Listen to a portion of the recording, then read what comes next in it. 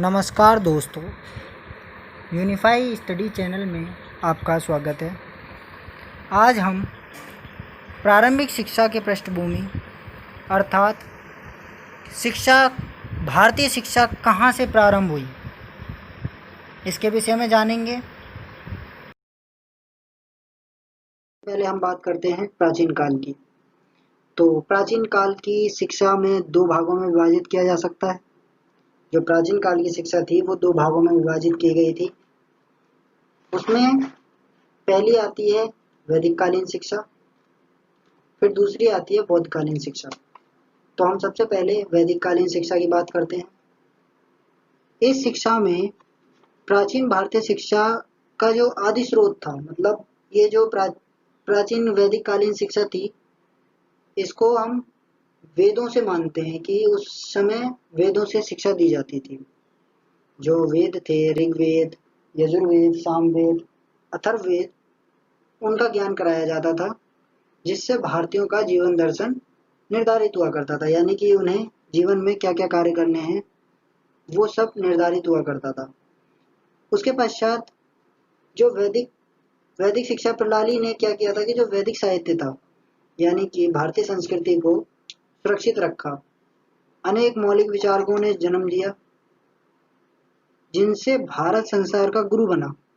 यानी कि जो वैदिक शिक्षा प्रणाली थी उसमें भारत संसार का गुरु बन गया और चारों दिशाओं में उसकी प्रशंसा हुई। ठीक है। उसके बाद और इसके वैदिक कालीन शिक्षा के विषय में कुछ लोगों ने अपने अपने मत दिए, जिसमें से हम आपको F.W. थॉमस के अनुसार बताते हैं। F.W. थॉमस के अनुसार भारत में जो शिक्षा थी वो विदेशी पौधा नहीं है। उनका कहने का मतलब था कि जो भारत में शिक्षा है वो विदेशी पौधा नहीं है, यानी कि कहीं से आई नहीं है ये। और ना संसार का कोई ऐसा देश नहीं है जहाँ पे ज्ञान के प्रति प्रेम का इतने प्राचीन समय में आविर्भाव हुआ हो। यानी कि संसार में कोई भी ऐसा देश नहीं है जहाँ से ज्ञान को इतना ज्यादा महत्व दिया गया हो, और या फिर जिसने कभी इतना स्थायी और प्रभावशाली प्रभाव डाला हो शिक्षा पर, ऐसा कभी नहीं हुआ। उस काल में शिक्षा ना तो पुस्तकीय ज्ञान का पर्याय माना गया, यानी कि शिक्षा केवल पुस्तकीय ज्ञान तक सीमित नहीं थी, और ना ही शिक्षा को जीविकोपार्जन का एक साधन बनाया गया। इसके विपरीत उस टाइम यह माना गया कि जो शिक्षा है वो व्यक्ति का सर्वांगीण विकास करने के लिए जरूरी है। सर्वांगीण विकास का मतलब शारीरिक, मानसिक और चारित्रिक विकास। आप ये लगा लो, व्यक्ति के जितने विकास संभव हैं उन सब का ज्ञान कराने के लिए आवश्यक है। साथ में यह माना गया कि जो शिक्षा है वो उत्तम जीवन व्यतीत करने के लिए आवश्यक है, और मोक्ष की प्राप्ति करने में भी शिक्षा सहायता प्रदान करती है। वैदिक कालीन शिक्षा के उद्देश्य एवं आदर्श। जो वैदिक कालीन शिक्षा थी उसके क्या उद्देश्य थे और क्या आदर्श उसने स्थापित किए। तो वैदिक कालीन शिक्षा जो थी उसमें सबसे पहला पॉइंट आता है ईश्वर भक्ति तथा धार्मिक भावना का विकास करना। जो ये पहला पॉइंट है, धार्मिक भावना, ईश्वर भक्ति तथा धार्मिक भावना का विकास करना, यानी कि उस वक्त शिक्षा में वेदों का ज्ञान दिया जाता था तथा ईश्वर की भक्ति कराई जाती थी, और व्यक्तियों में अपने धर्म के प्रति ज्यादा से ज्यादा भावना विकसित हो और भक्ति जागृत हो, इसके लिए प्रयास किए जाते थे। वैदिक कालीन शिक्षा व्यक्ति के चरित्र का विकास करती थी। उस वक्त 4 आश्रमों में विभाजित किया गया था व्यक्ति के जीवन को, जिसमें आपका पहले तो आता है ब्रह्मचर्य आश्रम, फिर आता है गृहस्थ आश्रम, फिर वानप्रस्थ, और लास्ट में आता है संन्यास आश्रम। तो जो ब्रह्मचर्य आश्रम था उसमें शिक्षा दी जाती थी 25 साल तक। उस टाइम व्यक्ति की जो आयु थी उसे 100 वर्ष तक बांटा गया, और 100 वर्ष को 4 भागों में बांट दिया गया। तो जिसमें 25 साल जो थे वो ब्रह्मचार्य के थे, जो कि व्यक्ति या कोई भी बालक गुरुकुल में रहकर शिक्षा ग्रहण किया करता था। तो जो वैदिक कालीन शिक्षा थी वो व्यक्ति के चरित्र का निर्माण करती थी, व्यक्ति के व्यक्तित्व का विकास करती थी, उसे अलग पहचान दिया करती थी। उस वक्त व्यक्ति को समाज में रहने की कुशलता भी विकसित करती थी और व्यक्ति में बाह्य अनुशासन के साथ साथ आंतरिक अनुशासन को भी महत्व दिया जाता था। यानी कि उस वक्त बालकों को बाहर जो समाज में रहने का अनुशासन वो तो दिया जाता था, उसके साथ साथ आंतरिक अनुशासन यानी कि अपने अंदर भी बहुत से गुणों का विकास करना होता था उन्हें, जैसे कि योग करना, योग के द्वारा ध्यान का आविर्भाव करना, आगे राष्ट्रीय संस्कृति का संरक्षण और प्रसार करने में भी शिक्षा महत्व देती थी। अब हम आगे बात करते हैं वैदिक कालीन शिक्षा के आधारभूत तत्व एवं विशेषताओं के बारे में। तो वैदिक कालीन शिक्षा के जो आधारभूत तत्व थे और विशेषताएं, उसके अनुसार पहला पॉइंट आता है गुरुकुल प्रणाली। तो उस टाइम छात्रों को जो शिक्षा ग्रहण करनी होती थी उसके लिए गुरु के आश्रम में जाना होता था। बालक शिक्षा ग्रहण करने के लिए गुरु के आश्रम में जाता था और वहीं रहकर शिक्षा प्राप्त करते थे। अगला पॉइंट आता है उपनयन संस्कार। वैदिक कालीन शिक्षा प्रणाली की जो शिक्षा स्टार्ट हुआ करती थी उसमें बालकों को का उपनयन संस्कार कराया जाता था। उपनयन संस्कार के पश्चात ही बालकों की शिक्षा प्रारंभ होती थी। इस संस्कार में बालक गुरु के दर्शन करता था और गुरु जो है वो बालक को गुरु मंत्र देकर शिक्षा प्रारंभ करता था।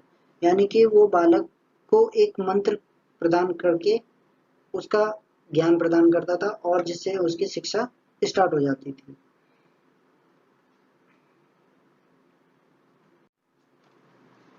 उपनयन संस्कार जब हो जाता था उसके बाद तीसरा पॉइंट आता है ब्रह्मचर्य। जो विद्यार्थी था वो अपने अध्ययन काल में पूर्ण ब्रह्मचर्य का पालन करता था। यानी कि उसे कहीं भी बाहर न जाने की जरूरत नहीं है, वो केवल गुरुकुल में रहेगा और ब्रह्मचर्य का ही पालन करेगा। जो विवाहित विद्यार्थी थे उनकी गुरुकुल में कोई स्थान नहीं था, यानी कि केवल ब्रह्मचर्य का पालन करने वाले विद्यार्थियों को ही गुरुकुल में एंट्री दी जाती थी। अब हम इसके बाद चौथा पॉइंट आता है अध्ययन की अवधि। उस वक्त विद्यार्थियों के लिए अध्ययन की कई अवधियां हुआ करती थी। जो 24 वर्ष तक अध्ययन करते थे, वैसे तो पूर्ण अवधि 24 वर्ष ही हुआ करती थी, लेकिन 24 वर्ष तक अध्ययन करने वालों को अलग अलग नाम दिया गया था। जो जितने वर्ष तक अध्ययन किया करता था उनको 3 भागों में बांटा गया। सबसे पहले जो 24 वर्ष तक अध्ययन करते थे उन्हें वसु कहते थे। वसु कहते थे 24 वर्ष के अध्ययन करने वालों को। जो 36 वर्ष तक अध्ययन किया करते थे उन्हें हम रुद्र कहते थे या उस वक्त रुद्र कहा जाता था। और लास्ट 48 वर्ष तक अध्ययन करने वालों को आदित्य कहा जाता था। तो आप पहले जानते हैं कि ब्रह्मचर्य का पालन करना होता है, ये जरूरी था गुरुकुल प्रणाली में या वैदिक कालीन शिक्षा में। आगे हम बात करते हैं पाठ्यक्रम में। इस काल का जो पाठ्यक्रम था वो अत्यंत व्यापक था। उस वक्त पाठ्यक्रम निर्धारित नहीं था, उसका कोई भी अंत नहीं था, वो बहुत ही व्यापक हुआ करता था। इसमें जो बच्चों को शिक्षा या दी जाती थी वो ज़्यादातर आध्यात्मिक और सांसारिक दोनों प्रकार की विद्याएं सम्मिलित थी, जैसे कि वेद पुराण आदि की शिक्षा दी जाती थी। इसमें ज़्यादातर जो पाठ्यक्रम में ईश्वर भक्ति से संबंधित चीज़ें हुआ करती थी या फिर धार्मिक बढ़ावा देने की चीज़ें थी। अगला पॉइंट शिक्षा का माध्यम। इस वक्त जो शिक्षा दी जाती थी बालकों को वो संस्कृत हुआ करती थी। यानी कि जो शिक्षा की माध्यम या शिक्षा जिस भाषा में दी जाती थी वो संस्कृत हुआ करती थी। या अर्थात कहने की बात यह है कि जो पहले शिक्षा दी जाती थी वो संस्कृत में हुआ करती थी, यानी कि संस्कृत सभी भाषाओं की जननी है। संस्कृत सबसे प्राचीन भाषा हो गई इसका मतलब। अगला पॉइंट आता है शिक्षण प्रणाली। शिक्षण प्रणाली क्या होता है? उस काल में जो शिक्षा थी वो मौखिक थी। मतलब कहने का है कि ना तो उस वक्त कोई लिखने का साधन हुआ करता था। उस वक्त जो शिक्षा दी जाती थी सिर्फ मौखिक दी जाती थी। बच्चे उसे उसी प्रकार ग्रहण करते थे और विद्यार्थी को पहले गुरु बोलता था। गुरु जिस पाठ को बोलता था उस पाठ को विद्यार्थियों को भी कंठस्थ करना होता था। यानी कि विद्यार्थी उस पाठ को जब तक पूरी तरीके से समझ ना जाए केवल मौखिक रूप में, तब तक आगे नहीं बढ़ते थे। और अगला पाठ तभी पढ़ा जब पहला पाठ याद हो जाता था, क्योंकि उस वक्त कोई पाठ्यक्रम की पाबंदी नहीं थी, ना ही इस वक्त जैसे इस वक्त एग्जाम होते हैं, परीक्षाएं ली जाती हैं। उस वक्त भी परीक्षाएं ली जाती थी लेकिन कोई समय निर्धारित नहीं था और ना ही पाठ्यक्रम की पाबंदी थी उस वक्त। तो इसलिए जब तक पहला पाठ याद ना हो जाए तब तक आगे नहीं बढ़ा जाता था। नेक्स्ट पॉइंट, विद्यार्थी जीवन। उस काल में जो विद्यार्थियों का खान पान था, वेशभूषा, आचार व्यवहार, उसके लिए एक निश्चित नियम हुआ करते थे जिनका पालन हर विद्यार्थी को करना होता था। विद्यार्थियों को जिस ज्यादातर धोती में रहना पड़ता था, खान पान में भिक्षा मांगकर खाते थे, जो भिक्षा में मिल जाए वो ही आवश्यक था खाना। एक घर से ही भिक्षा मांगते थे बालक और आगे भिक्षा नहीं मांग सकते थे। ये गुरु का नियम था कि एक घर से जितना मिल जाएगा केवल उसी को खाकर वो अपना पूरा दिन निकाल देगा। नेक्स्ट पॉइंट, गुरु शिष्य संबंध। उस वक्त जो गुरु और शिष्य का संबंध था वो बहुत ही मधुर थे।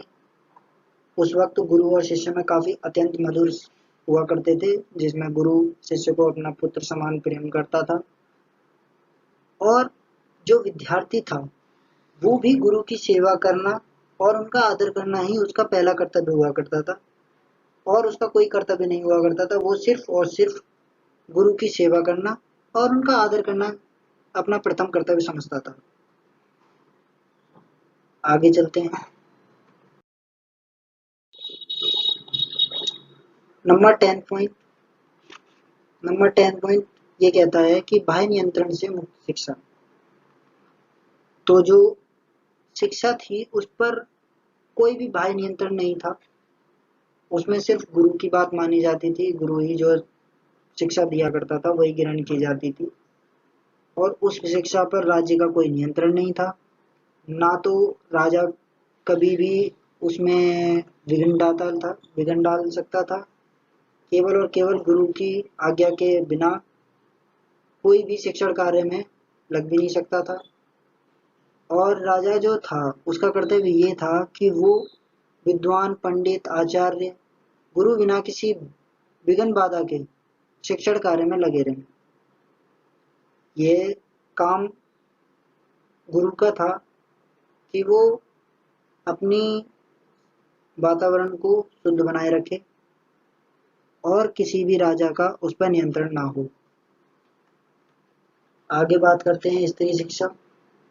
तो उस काल में पुरुषों के समान ही स्त्रियों को भी शिक्षा प्राप्त करने का पूर्ण अधिकार था।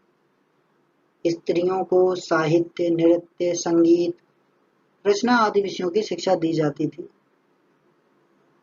उस वक्त स्त्रियों की दशा काफी अच्छी थी। आगे बात करते हैं व्यावसायिक शिक्षा के बारे में।